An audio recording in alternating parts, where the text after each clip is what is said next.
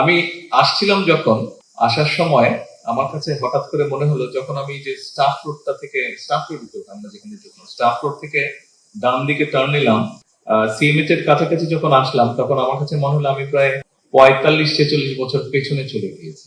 আমার সাথে গাড়িতে যারা ছিল, আমি ওদেরকে গল্পটা বলছিলাম যে, যেমন সিএমএইচ টা, আমি যখন তখন এটা আমি কথা বলছি আপনাদেরকে 75-76 সালের দিকের কথা, 77 সালের দিকের কথা।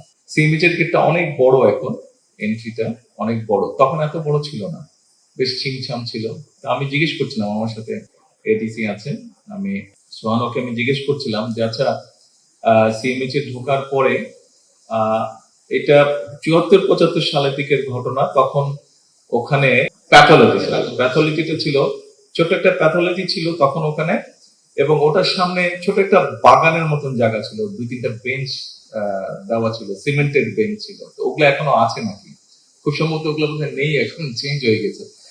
তারপর আমি বললাম যে, একদম সোজা গেলে হাতের বাম দিকে ছিল ফ্যামিলি ওয়ার্ড, আর ডান দিকে তখন স্টাফ সার্জন বসতো, টিনের ঘর ছিল, স্টাফ সার্জন বসতো। তো আমার জ্বর টর হলে আমি তখন নিজেই গাড়ি কাটতাম, গাড়ি আসলে আমি নিজে একাকে চলে যেতাম স্টাফ সার্জন দেখে। খুব সময় স্টাফ সার্জন হিসেবে ছিলেন মেজর আনোয়ার নামে এক ভদ্রলোক ছিলেন, স্টাফ সার্জন।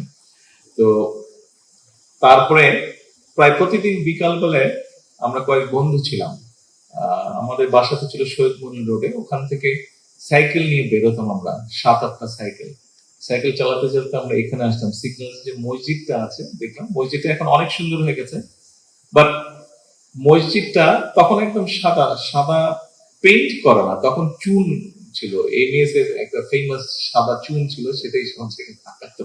এখন করে কিনা আমি বলতে পারবো না। তো মূল বিষয়টা হচ্ছে যে, এই এলাকাটা বহু পুরানো, আমরা যেখানে বসে আছি তখন এখানে শিয়াল বাঁদর এগুলা ছিল, জঙ্গলের মতন ছিল, এই জায়গা কিছু ছিল না এগুলা। আপনারা অনেক সুন্দর একটা জায়গা দেখছেন এখন, এগুলা জায়গা তখন কিছুই ছিল না, রাস্তাটা অনেক সরু ছিল, রাস্তাটা এত বড় ছিল না। তো মূল বিষয়টা হচ্ছে, আমার কাছে মনে হচ্ছে আমি এমন একটা জায়গায় এসেছি, যেই জায়গার সাথে আমার জীবনের বিরাট একটা অংশ জড়িয়ে আছে।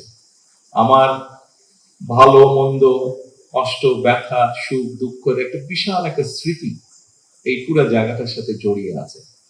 এনিওয়ে, আজকে ঈদের দিন, আজকে আহ আনন্দের দিন।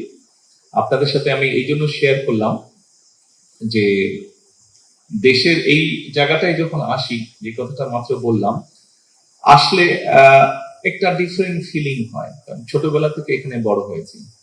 যখন থেকে সৈনিকদের ব্যারাকগুলা ছিল, ব্যারাকগুলোর মধ্যে ঘুরতাম, কথা বলতাম সৈনিকদের সাথে। তো একটা ডিফারেন্ট এক ধরনের অনুভূতি থাকে, একটা মনে হয় যে অনেক নিজের জায়গা, পুরোনো জায়গা। সেজন্যই আপনাদের সাথে কথাগুলো শেয়ার করলাম। খবরের কাগজ, নিখাত, নির্ভীক, নিরপেক্ষ।